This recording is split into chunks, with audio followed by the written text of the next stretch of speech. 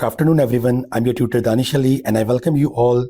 इस last class में हमने कवर किया था कि इनकम टैक्स में 3 तरह की इनकम होती हैं, नॉन सेविंग, सेविंग, डिविडेंड। हमने फिर ये पढ़ा था कि आपके पास saving income, interest income, dividend income, income on shares, non saving income, any other income other than saving and dividend shall be non saving. हमने फिर ये कहा था कि नॉन सेविंग को समझना है तो आप क्या समझ लो, कोई भी ऐसी इनकम जिसको अर्न करने के लिए आपको कंटिन्यूस एफर्ट या कंटिन्यूस सर्विस प्रोवाइड करनी पड़ रही हो। लाइक आप कहीं जॉब कर रहे हो, आपका कोई बिजनेस हो, आपने अपनी कोई प्रॉपर्टी रेंटल्स पे दी हुई है, या आपको पेंशन इनकम रिसीव हो रही है।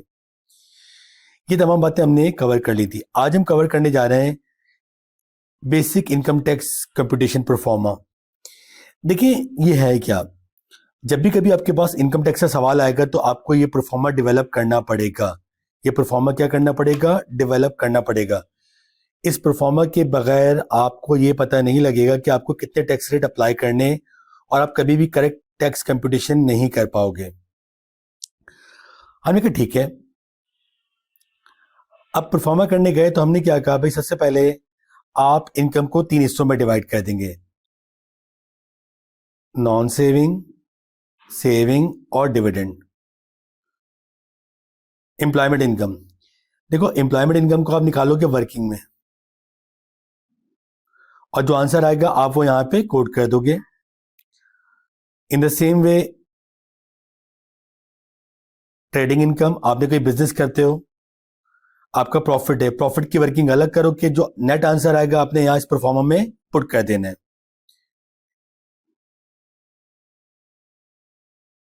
इन द सेम वे आपके पास एक वर्किंग थ्योरी बन रही होगी, फॉर एग्जांपल प्रॉपर्टी इनकम है, आपने प्रॉपर्टी इनकम के रूल्स अप्लाई किए, तमाम इनकम कैलकुलेट की, यहां पे पुट कर दी। पेंशन इनकम डायरेक्टली आपके पास कंप्यूट करने की जरूरत नहीं होगी, डायरेक्ट आपके पास गिवन होगी। हमने कहा ठीक है। हमने इनको नॉन सेविंग के कॉलम में रखा, हमने कहा ठीक है, सारे नॉन सेविंग इनकम आ गई। बैंक इंटरेस्ट, हमें पता है इंटरेस्ट इनकम क्या होती है बेटा, saving income, saving income column में रख दिया हमने। बिल्डिंग सोसाइटी इंटरेस्ट, देखिए ये क्या होता है, यूके में कुछ मेंबर्स मिलके अपना एक फाइनेंशियल इंस्टीट्यूशन बनाते हैं, जिसका काम क्या होता है कि वो आपके पास अपने मेंबर्स को कंपेटिटिव रेट पे लोन दें, ठीक है, और अगर उन्होंने कुछ डिपॉजिट कराया तो उनको आपके पास कंपेटिटिव रेट पे इंटरेस्ट पे किया जाए, ठीक है।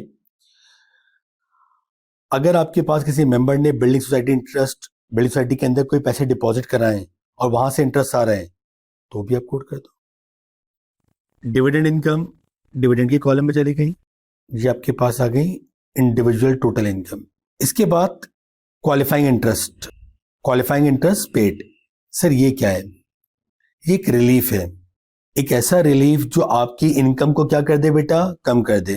क्वालिफाइंग इंटरेस्ट पेड, सर क्या है, बात को समझते हैं। सर इंटरेस्ट किस पे होता है? लोन पे। सर मैंने एक लोन लिया, इसलिए लिया कि मैं अपनी एम्प्लॉयमेंट में उस लोन से कोई एसेट लूंगा और यूज करूंगा। एग्जाम्पल सुने, मैं एक ऑडिटर हूं, फॉर एग्जाम्पल मैंने एक लैपटॉप परचेज करने के लिए लोन लिया, लोन लेके लैपटॉप परचेज किया और लैपटॉप को मैं अपनी जॉब में यूज कर रहा हूं, क्वालिफाइंग लोन। सर मेरा एक पार्टनरशिप बिजनेस है, सेम, मैंने एक लोन लिया, लोन से एसेट परचेज किया जिसको मैं यूज करूंगा पार्टनरशिप बिजनेस में, क्वालिफाइंग लोन। सर लोन लिया कि मैं पार्टनरशिप बिजनेस के अंदर इन्वेस्ट करूंगा, अगर यूके में आपके पास पता है कि पार्टनरशिप कंपनी फॉर्म में भी हो सकती है, ठीक है, लिमिटेड लायबिलिटी पार्टनरशिप, तो वहां पे उसके शेयर परचेज करने के लिए या पार्टनरशिप बिजनेस में इन्वेस्ट करने के लिए अगर मैंने कोई लोन लिया उसे हम क्या कहेंगे, क्वालिफाइंग लोन।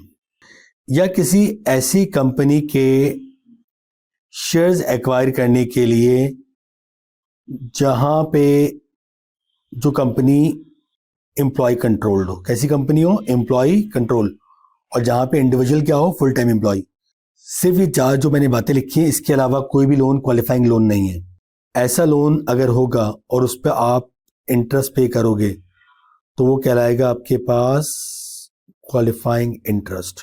टैक्स ने कहा है कि अगर आपने इस पर्पस के लिए लोन लिया है, अपनी जॉब के लिए, पार्टनरशिप बिजनेस के लिए, या किसी ऐसी कंपनी में इन्वेस्ट करने के लिए जहां जिसको एम्प्लॉय कंट्रोल करते हो और जहां पे आप एम्प्लॉय हो फुल टाइम, ऐसे लोन पे अगर आपको इंटरेस्ट पे करोगे तो आप उसको इनकम से माइनस कर सकते हो। This is called qualifying loan. ये आप पढ़ भी सकते हो। Qualifying interest is interest paid for qualifying purpose such as interest on loan to buy property, plant and equipment to be use in employment और पार्टनरशिप। देखिए बात आ गई। Interest on loan to buy share और make capital contribution in partnership firm. देखिए ठीक है। Interest on loan to buy share employ control company where individual is full time employ. इनके अलावा अगर कोई भी पर्पस होगा तो क्वालिफाइंग पर्पस नहीं है। हमने कहा ठीक है।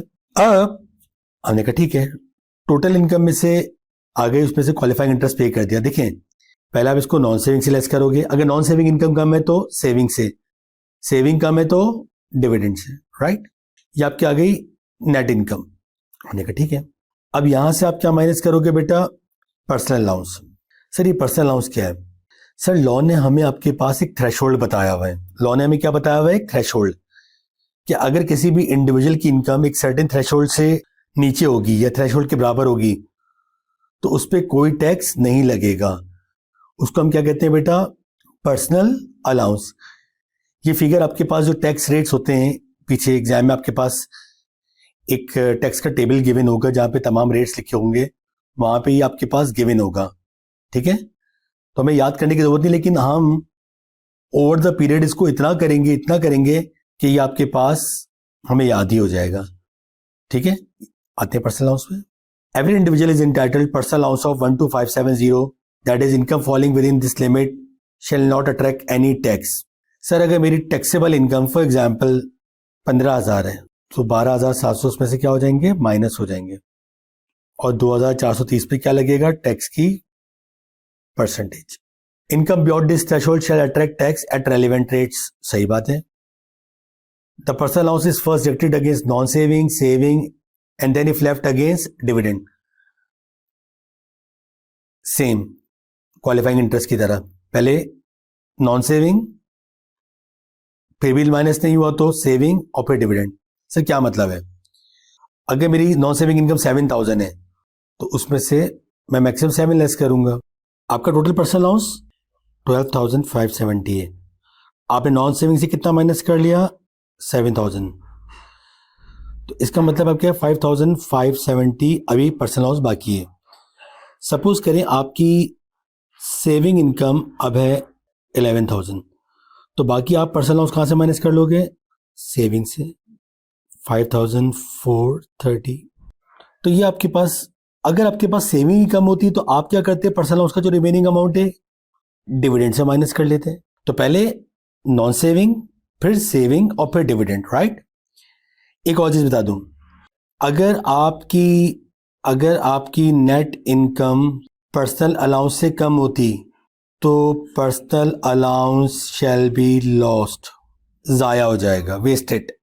Personal allowance shall be wasted, यानी पर्सनल अलाउंस आपकी इनकम को तो जीरो कर सकता है लेकिन नेगेटिव क्रिएट नहीं करेगा, राइट। आप इसको नेक्स्ट ईयर कैरी फॉरवर्ड नहीं कर सकते। I hope it is clear. अगर मेरी इनकम आपके पास 5,000 होती और पर्सनल अलाउंस 12,570, फिर मैं माइनस नहीं कर पाता, सिर्फ 5,000 माइनस कर पाता, दैट्स इट। तो भाई टोटल इनकम डाली, क्वालिफाइंग इंटरेस्ट पेड अगर है तो माइनस किया, पर्सनल अलाउंस लेस किया, आपके पास क्या आ गई बेटा? Taxable income. ये वो इनकम है जिसपे आपके पास टैक्स के रेट अप्लाई होंगे। यानी अब हमारा इनकम टैक्स कंपटीशन में नेक्स्ट काम क्या होगा? टैक्स के रेट अप्लाई करना, टैक्स के रेट अप्लाई करना। I hope it is clear. दूसरी बात ये कि अभी आपके पास हमें एक टॉपिक मजीद जो बीच में है, that is personal allowance reduction, वो पढ़ेंगे और उसके बाद फिर टैक्स के रेट अप्लाई करना सीखेंगे। तो जब तक के लिए आप वेट करें। Thank you so much, keep revising, क्योंकि tax is all about memorization, revising, practising. इसके बगैर आप सक्सीड नहीं कर सकते टैक्स के पेपर में। Thank you so much.